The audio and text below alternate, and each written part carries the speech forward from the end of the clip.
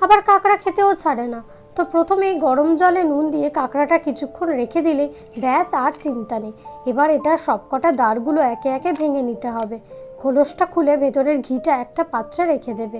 এবার ভালো করে ধুয়ে দাঁড়গুলো টুকরো টুকরো করে নিতে পারেন। ব্যাস, এবার রান্নায় আসা যাক। নুন হলুদ মাখিয়ে হালকা ভেজে নিতে হবে।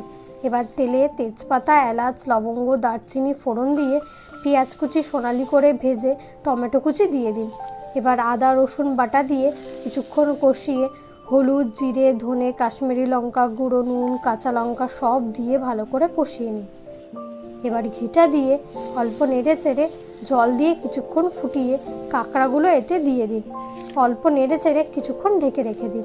ব্যাস, এবার ঢাকনা খুলে গরম মশলা আর গোলমরিচ ছড়িয়ে গরম গরম নামিয়ে নিন। তাহলেই রেডি কাঁকড়া কষা।